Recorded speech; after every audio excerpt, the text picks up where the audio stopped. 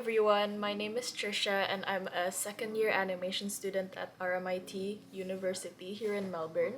And ever since I posted this video, I've been getting a lot of DMs and emails, also like YouTube comments about people asking me what it's like to go to RMIT and study animation, and mostly about portfolio and what to prepare.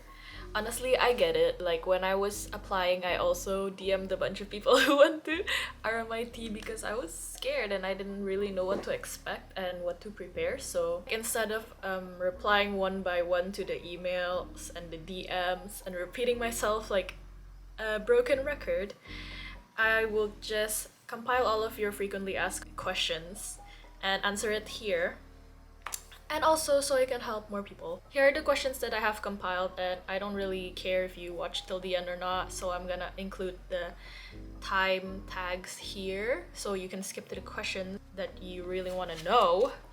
But do recommend you to listen to everything because I feel like these are very good questions that people are asking, and it wouldn't hurt to know more, right? The first question is, how long did I prepare for the portfolio? I actually applied to RMIT 2 times and I got accepted both times. The first time took me a month to prepare. I have another video of my process actually applying to all of these different schools after I got out of high school. And then the second one is after I chose a school and then I dropped out and then I transferred to RMIT. The first one took me about a month to compile and make everything because I didn't really, like high school, I didn't go to an art school, so I didn't really have anything. But I do have like existing works that I post on my social media, but that's about it. So I had to make some more, so it took a little longer. And also curating things for my portfolio. The second time I applied only took a few days because I already went to an animation school and I just used the things that I already have and also like stuff that I made recently. I will include my portfolio at the end of the video if you want to see that. Second question is, what are the requirements to apply to RMIT? I'm gonna tell you the things that I did and my requirements, but please check the website because I don't know if they change or not, and I don't want you submitting outdated requirements. First, I had to write a paragraph of maximum 400 words describing what were my reasons to study animation and what interests me, and also the influences of my work, like what influences my work. Pick 12 images of your best work. Can be anything, media, photography, 2D, 3D, sculptures, anything you want. I feel like compared to other portfolio requirements, RMIT is more chill. Like they don't really have certain prompts, because I've had like schools where the prompts are like, what keeps you up at night, and then have to visualize it. But this one, they basically just said put 12 of your best work, so I recommend you to show off. Okay, I have a tip on this. Don't create fan art and try to be original, because actually be original. Respond to these prompts as originally as you can and do your own spin on things. Like don't take other people's work, which is pretty obvious. I had to create a visual storyboard on the prompt that I was given.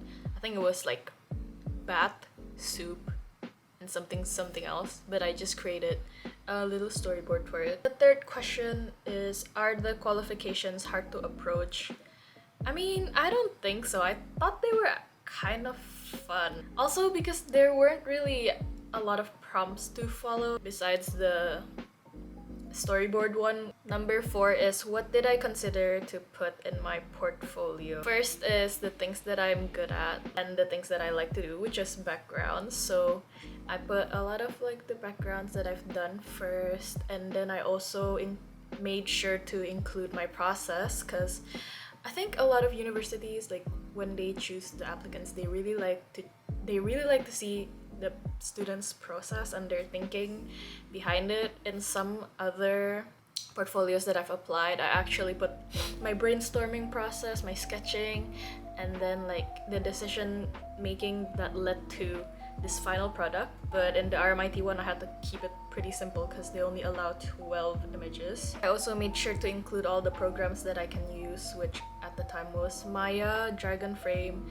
Photoshop and like After Effects, things like that, you know. I mean, you don't have to, but it's pretty helpful if you can. And I also put like the other skills at the back, like the figure drawings, paintings, and self-portrait studies, those kind of things. Observational drawings from the sketchbook, because some universities also really like to see your sketchbook and what you're thinking about. And then 5, interview process. I didn't actually have an interview process. I'm not really sure why people keep asking me about interview processes, but for the both times that I applied, I've never been interviewed. But also, when I applied, it was COVID era, so maybe that's why. But I can't really give you any information about interviews, so maybe you might wanna email them about that. But yeah, as far as I know, there are no interviews. The next question that I got was, what will you learn in RMIT animation school? And honestly, it depends what you choose. They have a lot of different like courses that you can choose yourself. That's a good thing about RMIT that I like. You can pick and choose your courses. You can do 2D and 3D at the same time if you want. You can do visual effects and sound design as well. But you can only choose, I think, like 2 in 1 semester. And then there are tiers, so like there is, for example, 2D animation, and then 2D practice, and then 2D advanced. And if you want to do 2D advanced, you have to go through these 2 first, and you can just like directly jump to this one. The first semester I chose 2D and 3D animation, like the basic ones, so I can do the advanced ones in my 3rd year, or like my 2nd semester and my 3rd year. I think that's a pretty logical way to go about it. You also have mandatory studio classes, but you can choose them, like you can choose which classes that you want.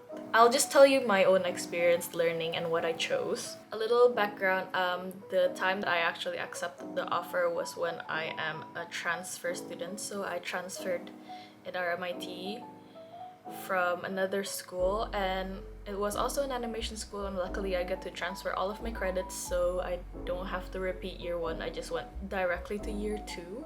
First semester of 2nd year, I chose like 2D and then 3D, so I got to learn the basics of 2D and 3D. And then for the studio classes, I chose dimensional characters, which is combining 2D and 3D in one like scene. I was really into 2D and 3D. I just wanted to try everything. In 2D animation, I learned the basics of 2D and the programs such as TV Paint and Harmony. I learned how to lip sync, tweening, animating in those softwares. They teach you everything like from scratch, so if you don't know anything about that software like I did, it's okay because they're gonna teach you. And then 3D, I learned basic modeling, simple animation, like blooming flowers, those kind of things, just to get you used to the programs. We used Maya, and you can use Blender actually. A lot of people in my class use Blender, but the teacher mainly teaches with Maya. I also learned animating a walk cycle with 3D and basic like human anatomy, body mechanics, and also basics of rigging, which is pretty complicated but fun. And then in the studio classes, I just combined what I learned from my 3D and my 2D into one thing. I had a lot of fun in that class. It was a lot of workload, but the teachers are super nice and helpful. And then on my 2nd year, it was a bit more chill. I chose 3D practice, which is a continuation of 3D. And I chose drawing elective and then concept worlds. In this 3D class, I learned more complicated 3D things, like more complicated modeling, and then we have to make our own character and our own story and then create the model for it and then animate a short animation for the end of the semester. Concept worlds. Okay, this is my most fun class. I'm gonna like ramble a lot about it, but I'm gonna try not to. It's such a fun class. Like the teachers I got for this class is, oh my god, so I feel so grateful. Like I feel like they're just little gems in this school, you know. They really prioritize the students' mental health and creates a really fun like learning atmosphere. They want their students to be engaged not only with the teacher but like with each other. So we actually talk a lot to each other in this class. In my other classes, I don't normally talk to anyone. Like everyone just goes do their work, listens to the teacher, and then go home. But it was not the case with this class at all. Okay, sorry if I sound a bit weird. I'm actually a bit sick right now, but I want to make this video for you. So yeah. And sometimes they take us on excursions. Like last time we went to museum to draw, and then also when the weather was really good, one of the teachers there took us all outside to draw and sketch in the sun because animation students don't get a lot of sunlight. And on top of that, we learned actual helpful things about world building that made me a better like concept artist. They taught us about what is concept art and what is not concept art, and it really blew my mind because some of the things that I thought was concept art was not concept art. They also give you helpful tips and advices to go to the industry that you won't get on YouTube because they are actually working in that field. I won't tell you what they said because I feel like it's a bit disrespectful if I just share everything to everyone here. But you can pick their classes if you're interested. I highly recommend it. It's actually a very good class. Besides that, we did a lot of group work also, and I got really helpful feedback from my teachers and my peers, which is really valuable to learn and to grow as an artist. So that's really good. I love this class so much. Seriously, it's my favorite class. And the last class that I chose was the drawing elective, which actually has contributed in how I draw human form now, even in like really simple character designs. Student life. Okay, the next question that I got was about the student life. First of all, I think RMIT is really good because they have they have a lot of student activities on campus, and some of them are free. Like we get free barbecue every week and then free breakfast every week, and then there are like free activities like dance classes and some clubs you can come for free. But it is honestly entirely up to you if you're gonna have a fun student life or not, because if you're really active and you're really like engaging with your friends and you're in these like after school activities and organizations, I think you're gonna have a really fun time. I personally would love to join more clubs if I can, but between my school and my work, it's really hard to find time to join clubs and commit to them, and I don't really want to overcommit. So last week I just joined this board game club and it was super fun. Like they have a lot of selections of board games and everyone is really nice. It's a good way to meet people that is not from your major, and that can be really refreshing. The last question is animation school worth it? This is also entirely up to you. I feel like it's really worth it, like because I get to meet the teachers who actually work in this industry. I mean, it's different when you learn from YouTube videos or like online forum discussions, even though they're also industry professionals. The teachers in this school, their job is actually to teach you and to help you make it in this world, and I've had some really insightful discussions and conversations about the industry and other things. And on top of that, you get to connect with like people who are actually also doing the same thing you are, so it doesn't feel that lonely and all. But I think it's actually really worth it because you get to know things that you don't get anywhere else. And I've got some tips and advice for you before I show you my portfolio. The first thing is, when you're doing your portfolio, don't do fan art. As I said before, don't copy or trace other people's work or plagiarize.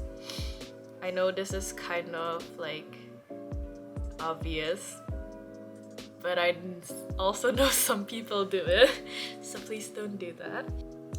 The last tip that I have for you doesn't really have anything to do with portfolio, but I feel like it's still important. And it's really cliche, but listen to me, alright? You should prioritize your health and your mental health. I know a lot of people, like myself, are working and doing uni at the same time, so it can be really hard to juggle both things. But I really don't think you should be doing all-nighters to complete your assignments or things like that. Just have really good time management skills, because I've never pulled an all-nighter since I got here, and I feel like if I do that and if I get not enough rest, my work is gonna suffer because of it, like the quality of my work will suffer because of it. So I rather just sacrificing my hanging out time with friends to only maybe 2 days a week instead of like every day of the week. Those kind of things, you know. And also doom scrolling on TikTok and Instagram and YouTube, because that takes away a lot of your time, okay? If you get sick, if you sleep really late, feed yourself junk food, not get enough sunlight or exercise, and then you fall ill, because Melbourne weather apparently wants to make people sick all the time also, it's more disadvantageous for you, because then your deadlines get pushed backwards and it's just more time that you waste trying to catch up to that, and more stress that you put on yourself. That's all the talking that I will do today, and the next is I'll just show you my portfolio. So goodbye, hope this is really helpful for you.